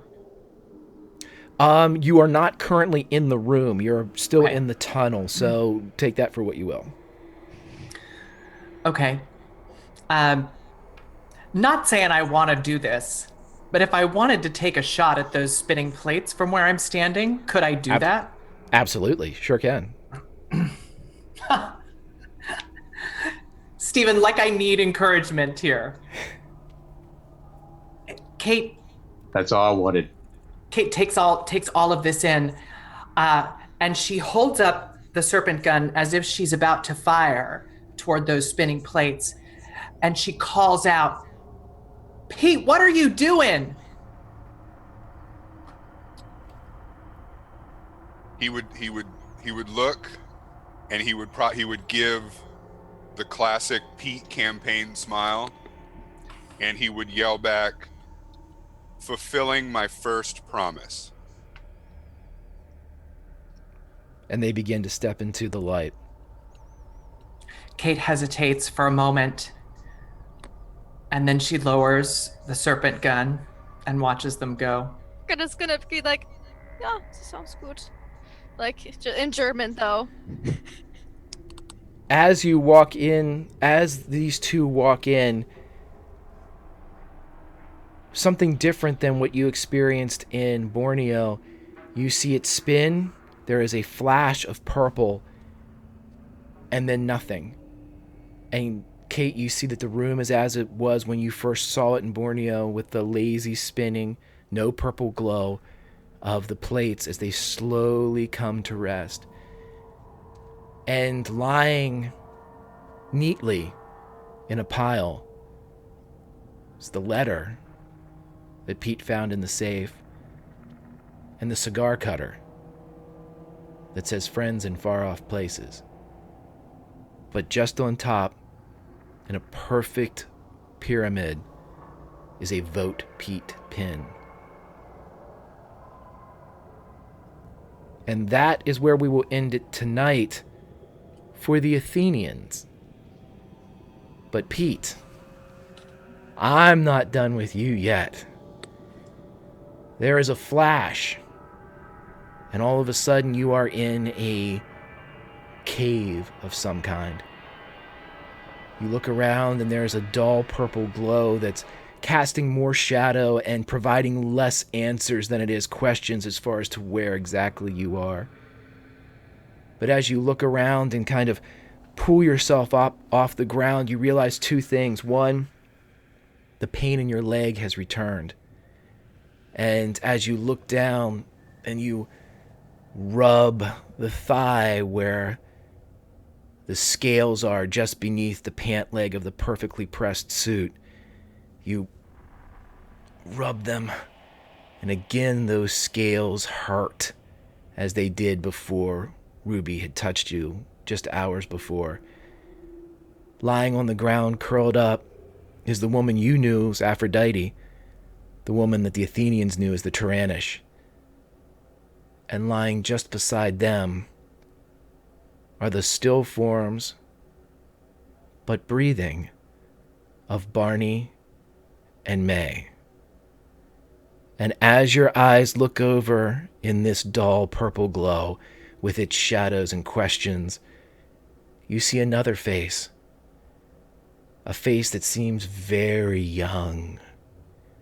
And this face comes forward and kneels down as you rub your leg. And as his knees bend, they do not crack. And he smiles a perfect Aryan smile. And he says, "So, Dionysus, you have returned."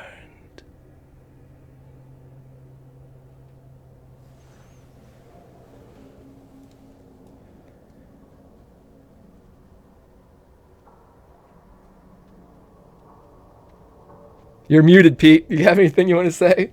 Actually, I was going to say Pete's speechless at that point, but he would look and questioning. He would say, "Joe."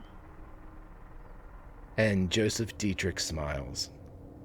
And that is where we will end Project Kronos, Olympians, for now, as we will be picking up their story in a few weeks, kids, as Project Kronos is coming to the channel, and we will see Don and Kiana and our guy Finney here pick up the roles of the Olympians, and perhaps we'll meet Aphrodite, and perhaps we'll meet somebody else. We'll see, though. But tonight's about tonight. Allison, what did you think? Pete might be speechless, but it was a good thing I was muted, because that's more F-bombs than I've dropped in short order in a long, long time. Holy fuck. Oh my God. Incredible. That's all I got. Just F-bombs. That's it. Just the F-bombs. Love it. Okay, so let's go on to Steve. Steve, you got some F-bombs for us? Yeah, Gigi, I've known you for a very long time. You're just more diabolical and diabolical. It's keeps getting better and better. Love the episode. Yeah, how dare me? Yeah, how dare me say that about you? Right.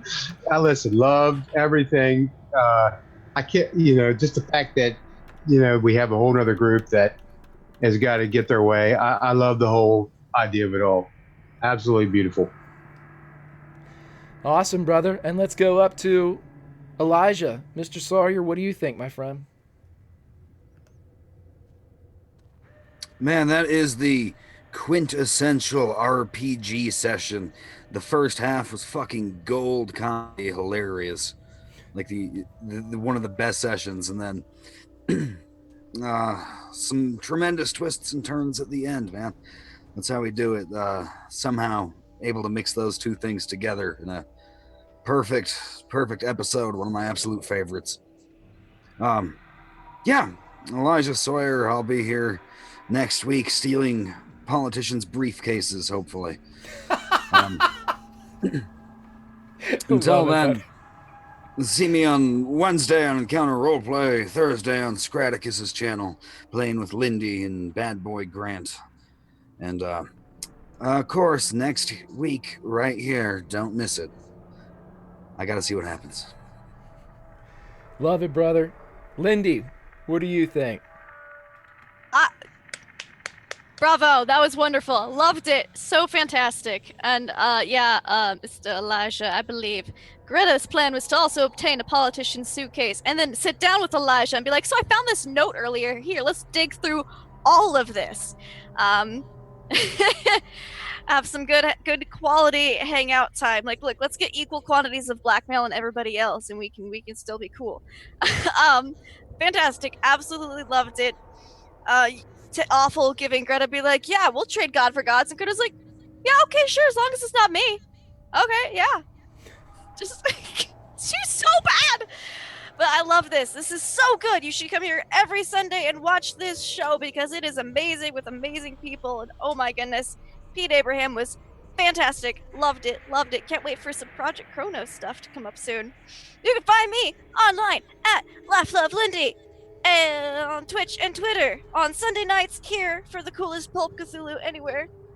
And then on Tuesdays, Tomes of Tentacles podcast, in which I'm with this guy on there. And then D&D Out of the Abyss on my channel. Wednesdays, more Call of Cthulhu with this guy, where it's the season finale this week, and I'm probably going to cry my eyeballs out, and it's going to be fantastic. Yeah. Thursdays, Web DM show, but also this Thursday, Straticus with Strider and Bad Boy Grant. And it's going to be fun. And then Fridays on the Greyhawk channel. And yeah. Are you sure you're done? Soon to be Firefly. Soon to be Star Wars. I Later forgot this Star month, and Wars, also yeah. Star Wars coming up at the end of the month as well on Wednesday evenings. There, Yeah, you have yeah. to. Oh, I am so pissed about the Star Wars. I want to play that so bad. My man, Finney. Honest Pete Abraham. Back in the fold of the Olympians. Great job tonight, my man, and last night. What'd you think, buddy? It was having good people to work off of is what I will say. These people, I mean, just an amazing group, amazing story. I mean, I want to thank everybody for letting me kind of hop in here and kind of party crash for a little bit and kind of tell a little bit of a story of a politician who kind of had a little bit of a turnaround, which I think maybe, I don't want to get too political, but maybe that should happen more often. We'll leave it at that. But yeah, thank you so much to everybody. I mean, I'm gonna steal Dwight's line again. Follow everybody. Just an amazing group, and thank you all so much for allowing me to come and play with all of you. Well, that's a nice thing to say, my friend. But everybody, Finney's Twitter is in chat. Please follow him up because, as I mentioned, whenever we can get the schedules mixed and synced up, early this summer, we will be having Project Chronos come to the channel. It will have Dawn. It will have Kiana. Summer just cheered. Yay! And it will have our man Finney here as he is going to reprise his role as Pete Abraham. And just to give you a little tease, Project Chronos does not take place wholly in 1933. We will be seeing what happened back during the Great War, Quentin Tarantino it a bit, and be able to see how the sins of the past reflect onto the world of the future. These storylines will take place both in Project Athena and in Project Chronos. So as I slowly go mad, hoping not to fail too many sanity checks keeping this all straight, I cannot wait. You can find me, Grimjack21502, on the Twitches and the Twitters right here. You can also find me over on Encounter Roleplay doing a lot of fun stuff. Web DM on Tuesday nights doing a little Spelljammer, which is super dope and fun. On the Dungeons & Dragons Wizards of the Coast channel on Saturday night doing Learn by Play from 6 to 9. But here on the channel, we will always have 1933 in Project Athena. We will have Project Chronos coming at you for the Great War. Later this month, we have Firefly. For those of you that are fans of the Joss Whedon show, the short-lived one, it is coming back. It will be something to watch. And also, for the first time with a mention, this May, Conan, Age Undreamed Of, will be starting here on the channel as we hit all of my pulp favorites. But ladies and gentlemen, boys and girls, Olympians of all ages, you're in 2018, but this is 1933. We will be waiting here for you, and we will see you next week.